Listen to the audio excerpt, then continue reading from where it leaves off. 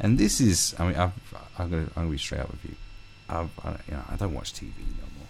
When I was in the UK, I didn't watch TV, so I don't know this show, but I constantly see fucking meme clips of it on Facebook that people share, and that's it. And I assume it's like a parody. So what's it called? The MASH report. So obviously it's a parody news thing, and everything I've seen from it has just been really bad. I mean, I thought Mock the Week was pretty dry and like, yeah, like not great. Do you know what I mean? Really middle of the road, like mild Chortleville was Mock the Week. It was like, yeah. Do you know, as in, you know, just those mild titters you give off when you're not really laughing, but you're just being kind. You know, when you're just being kind.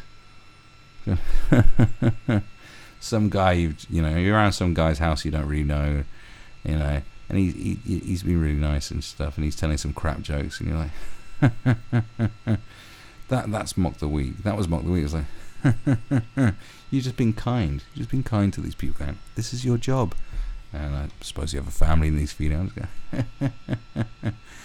Yeah, say that other one. And that's about, that's like as base and shit as the BBC got. I mean, the BBC, God damn it. That I thought that was like the lowest lows of the BBC. Although they did make Coming of Age, which is a few years ago now, which was fucking terrible.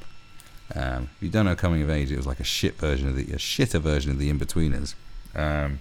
And it was actually written by a 16 or 17 year old. It's about 16-year-olds, and it was just, go look at it. It's just a pile of fucking shit. And then 2 Pints of Lager, that show, which wouldn't end. It was going on for fucking years, but at least he used to relegate that stuff to BBC Three and was going, yeah, just go over there, you cunt. It never made it off BBC Three, unlike Gavin and Stacey, which is a good show, which made it off BBC Three and went on to prime time. You know what I'm saying? But like, they made a lot of that crap. I think they called it, this is youth comedy. And the BBC, was constantly making good stuff up until about, shit, I think the last good thing they made that was new, like a new idea, I think it was like Him and Her, which was really good. It was dark humour, like a lot of it. It was very dry, but it was like good characters and funny. It was entertaining, and I liked it, and I was like, yeah, this is good. They ain't done shit since then. Just fucking drivel after drivel after drivel. And this is the thing. People are called out like Mrs. Brown's Boys and say this is just terrible. But like Mrs. Brown's Boys is bawdy nonsense. And there is kind of a charm to it, but it is fucking dog shit. But they say that, but no, Mrs. Brown Boys is not just the only piece of crap that they make.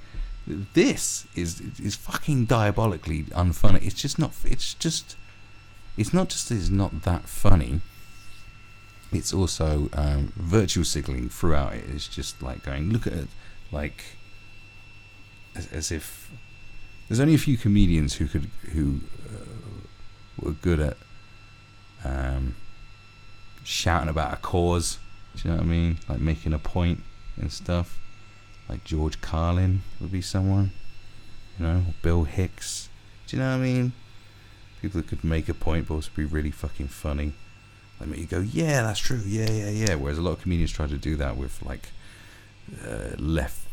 ultra left leaning and progressive ideology and stuff. And it's just has no place for comedy because they can't push the envelope on anything. And when you can't push the envelope, you're just left with mundane shit, which makes Mock the Week, I don't know,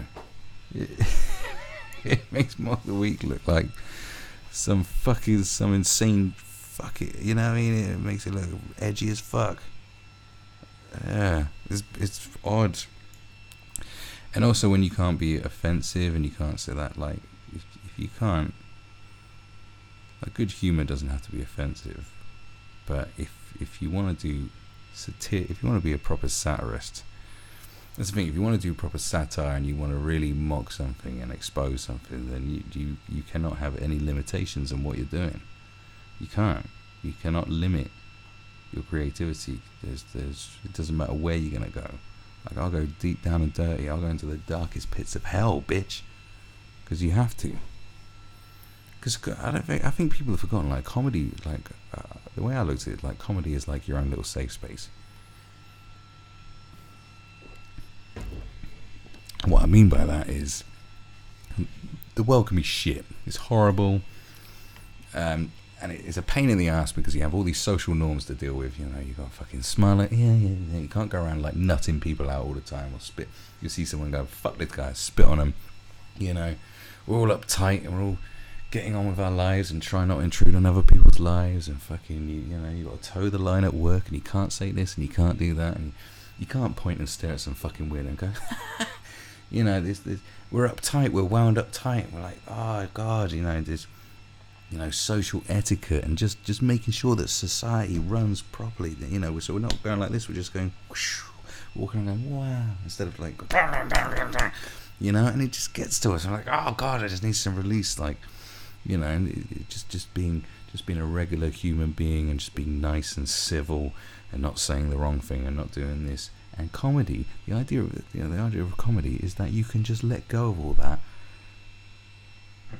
All that's gone, and then we can just release and just go, ha, and, you know, and say, and make jokes about someone in a wheelchair and set them on fire and just laugh.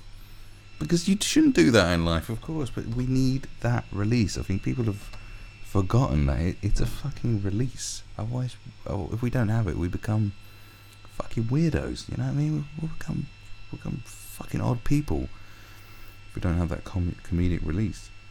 And people who've been through the darkest shit have got the darkest humour. So not everyone, but like, you find dark humour out there, and like, there's humour everywhere. Do you see what I'm saying? It's just our release, and there's nothing you can't make a joke about, because that's your safe space. Outside the comedy realm, if you're watching it here, or in a comedy club, or in the cinema, wherever it is, and you're just enjoying your comedy with other people and not the rest of it, you know, and you can just go ha ha ha ha and just let loose, just let yourself go. You know, it's good for the soul. Laughing is good for the soul. It makes you live longer. It's been proven by science. So don't restrict it. Don't restrict a good, beautiful thing, because you can laugh and laugh and laugh, and then you don't have to, like, you know. And it's so good to laugh at stuff you shouldn't laugh at.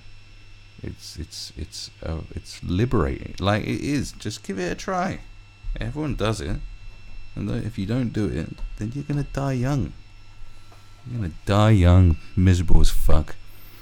You know, or you could become one of those old businessmen that can't get it up no more and just has to pay a dominatrix to lock them in a box for 2 days. Do you want to be that? Is that what you want to be when you're older? Do you want to be an old bloody businessman and be locked in a box and be pissed and pulled on? Is that what you want? No. Anyway, I hope I've explained how it all works here, society. Now let's have a look at this.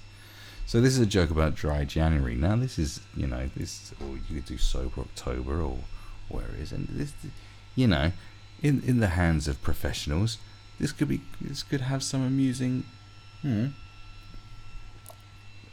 could have an amusing outcome, but unfortunately, thousands of Britons who don't drink that much anyway are currently enjoying a pretend battle with alcohol. Boring people with normal. Now you see, that opening line is the sort of line that is funny in itself, but you see it all the time on like links that are shared. I see it shared for like The Onion or Wanderlust or News Thump or whatever it is. You've got really good headlines always, even if it's stuff I don't think is particularly. It's always a good headline, like it's a funny headline. And the majority of the time I never read the whole article, because the headline is just the best punchline there. They're really good at that, really, and it's just how that is funny. Like, you know, it's not like, ha, but it's like, ha, ha, ha, yeah, alright, yeah. That's what that line is. So that's like the funniest thing that they could say about that. But they go on. Of self-control are having a drink-free January, allowing them to experience the thrill of a life-or-death battle with their alcoholic demons, but in a lame amateur way. Here's our reporter Emma Bradford with more. Every year, drink is not really a problem for most Britons, but that doesn't stop us making a huge fuss in January when we give it up for no particular reason. Earlier, I spoke to pretend alcoholic Julian Cook. Yeah, it's going to be tough. But with the support of my family and my friends, I'm just hopeful that I can break my 3 glasses of wine a week habit. I think the hardest thing actually is... So shit. And even the audience is like, ha! The laughter seems so forced. What does this say? It says, I'm amazed some people are actually offended by this. I thought it was funny and I am a recovering alcoholic. Oh God, will these people be offended? Like, you cannot be offended by something this unfunny. People drinking. I refuse to let that happen. You hate them for it because you just want that blissful oblivion that you can only get from a small glass of red wine with your Sunday lunch. Yeah, you see, like I said, like, just a line, just that opening line is all that idea. It's, you know, that opening line was the idea. No, that opening line was the joke, and then they just kept it going. It's like, this isn't very good. Now, I mean, I'm just using it as a jump-off point because, like I said, I've just seen clips of it. So let's look at some more and shit on them. Why not? I'm in the mood for just shitting on people tonight. I'm just in one of them moods. I mean, I'm in a good mood as well. Isn't that bad? When I'm in a good mood, I just want to shit on people. Look at this weird Thai advert at the top here. Fuck knows what's going on there. Right. Let's see what they have to offer. Osher? What they have to offer? Come on. Let's see what you're all about. God, why is this being a plopper? Right, let's have a look, yeah? Let's have a look, yeah? Stop sending dick pics. Why is that 5 minutes 41? Now, this Rachel Paris bird is particularly unfunny. And so is this guy. I can't remember his name. He's not very funny neither. But really important email to a colleague. Don't get Grammarly, just learn how to fucking spell. This has been a week of public apologies. Joe Marnie. Yeah, this guy. He's got an annoying voice. He's got one of those big fat heads with the small faces. You can't trust people like that. You can't trust a man whose face didn't grow into his head. He's a biological abomination. Leader's girlfriend said sorry for texting race. Your face doesn't fit into your head. It's not. Remarks about Prince Harry's girlfriend to a friend. An MP. See, look. So they start off this with a bit of news, some race news. Bradley apologised for his comments about police brutality and making unemployed people have vasectomies. Rachel, I think you have something to say about these apologies and public apologies in general. Ladies and gentlemen, Rachel Paris. Police brutality and making unemployed remarks about Prince Harry's UKIP leader's girlfriend said sorry for texting racist remarks about Prince Harry's girlfriend to a... I wouldn't with a Negro. What's wrong with black people? Ugly, they don't turn me on. Harry's marrying. God, what a scrubber. Wet as a scrubber, awful. A royal yank. Yuck. That's all quite open and shut case. But and MP Ben Bradley apologised for his... So I guess it is just reflecting on the news. So it's not like a... See, from that clip before, I thought it was like a fake news, like a comedy news, as in like the whole thing was like a comedy news thing, but it's not. It's a mixture of real and fake. That's interesting. Thank you, and thank you, Nish. And Nish, I forgive you. I didn't apologise for anything. Oh dear. Well, that leads us perfectly into this week.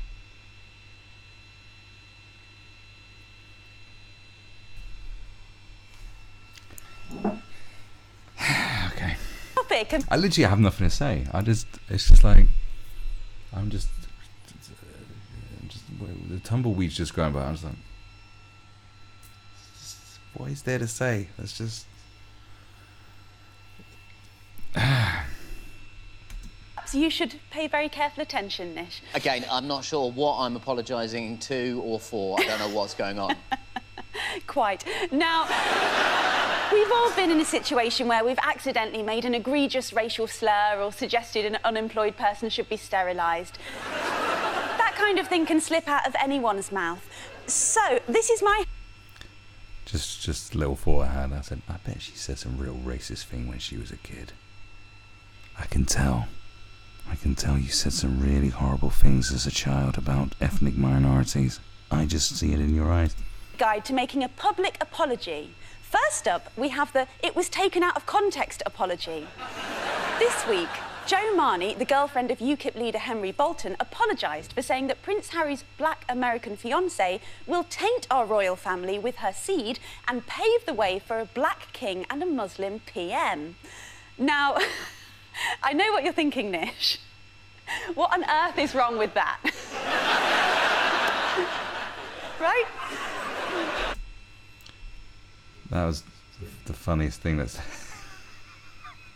was like the funniest thing so far. It took a while. To get a little titter. Okay. That is the exact opposite of what I was thinking. Really? Wow, I thought I could read your mind, but you're a mystery. Well... Well, actually, Nish, believe it or not, some people have detected a hint of a racist undertone there. And it's prompted poor Jo to issue a statement saying the opinions have, to an extent, been taken out of context. They could have been, who knows? But that's not what we're talking about. I don't... But who cares? Of course, there was a perfectly reasonable hidden context, and I, for one, think that context was one of celebration. I imagine that the original conversation went something a bit like this. That black American fiancé, who I admire, will taint the royal bloodline, which it sorely needs, resulting in a black king, which would be a refreshing change. Yay for diversity! And quite possibly, when... Although I'm going to bring it back, I don't know. I've had plenty of conversations with my friends that are far worse than that, where we're just joking. So it could be taken out of context. Like I said, people I write with and stuff, it's always... We push it to the furthest limits between each other, and then we assess what is not for public consumption. Like people like, that's just how you do it. It's like, shit. Like you try and say the most offensive shit to your friend as possible, just to see how, if they'll laugh or if they'll go ooh. But you know, that's what. Yeah. So it's a possibility. It's probably something and that's the thing they probably don't know about. Oh my god, they probably don't know. That's how you find. You know, that's how you push boundaries. That's how you find the line of what you shouldn't be saying. You know, saying such like a comedy routine or writing down as a sketch or something. They probably haven't had that practice, and they've got a TV show and I haven't. Such is life. And on to describe Islam as the cancer of this earth. The context was just a whimsical discussion about what star sign each religion might be. That wasn't bad. I'll give it that one. Next up, we have the "Pardon my French" apology.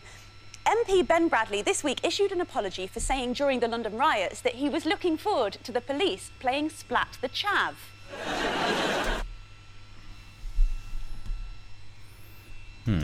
He said, "I apologise for these posts. I now realise this language was not appropriate."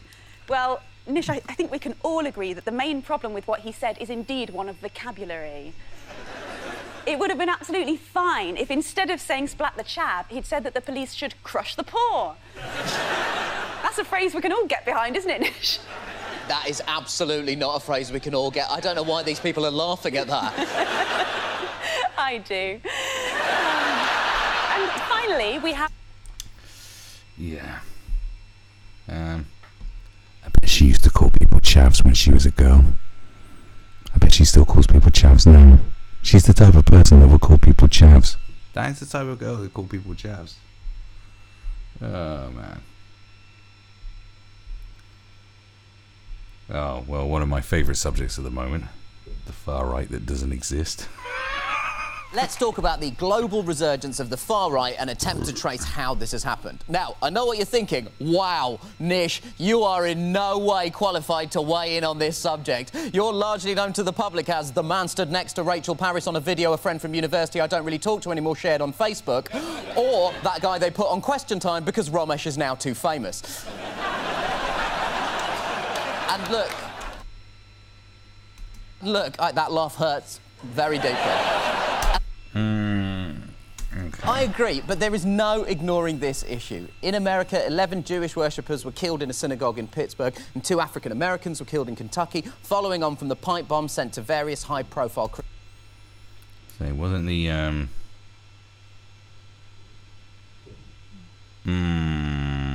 sure there's something about that. The guy that killed the people in the synagogue was not far right. He was something else. He was like... just a cock. ...of Donald Trump. As if that wasn't bad enough, then came the news that Jair Bolsonaro has been elected president of Brazil, the world's 4th largest democracy, a man The Guardian has described as a far-right, pro-gun, pro-torture populist. Here he is, a man so hateful, his hands won't even make the heart symbol.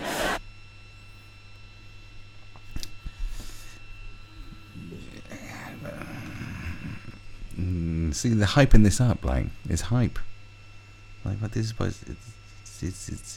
is this oh no, I'm getting back to the whole far right thing. I was supposed to be just showing you how shit the BBC is, but now we're in it to win it now.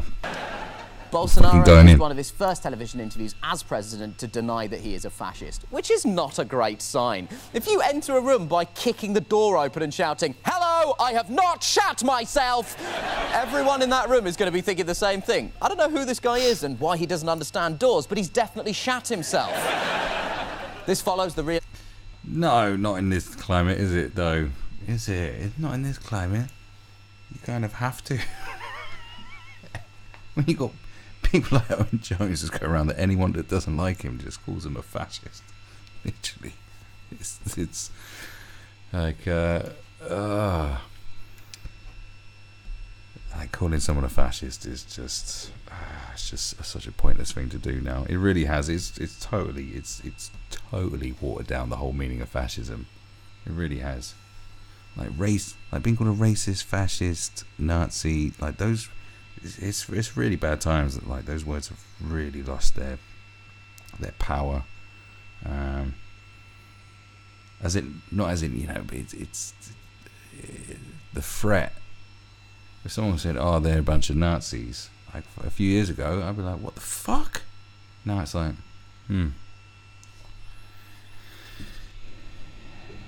Some words are important, kids. Don't overuse them. Of Viktor Orban in Hungary and the far right making major electoral gains in Germany, Holland and France. Meanwhile, Stephen Yaxley Lennon, better known as either Tommy Robinson or That Bellend, is planning a speaking tour to the US which could earn him £1 million. Fun fact, I dislike Tommy Robinson so much I won't even allow him to have his picture in the little box. That is just a Mash Report logo. I cannot stand that dude. I don't even want my face to be near him. I don't like it, even though he's not even there. Now, when it comes to the resurgence... You see, it's going on that... Just do it. Just... It's that kind of thing. It's like, just leave it alone. Just get on. This is just... I do not... Did I make a point of how much I don't like that guy, that if I even said anything good about him, it would be really bad for me? It's like, alright, we fucking get it. Just shut up. Fucking hell. Did I make a point? I do not like that person, that if I said I liked them, I would not have this job anymore. Did I make that point? It's like, fucking hell. I was like, we are not the molesters. No. It's like, did I explain how much I fucking hate child rapists? hate them. Is he a child rapist? Well, I don't even know. I don't even know what his face looks like. It's like, what the fuck? It's like, all right, we get it. Yeah, we get it. Far right. I believe it was the philosopher George Santayana who said, "Those who cannot remember the past are condemned to repeat it." And I also believe it was the comedian Nish Kumar who said, "Oh, fuck!" So why is this happening? Well, look, partly a global financial crisis just causes a lurch to the far right. It's been 10 years since the crash, and to put that in context, 10 years after the Wall Street crash in 1929 was the start of the Second World War. This is what's happened time and time again. And you can trust me on this stuff. Yeah, but hold on.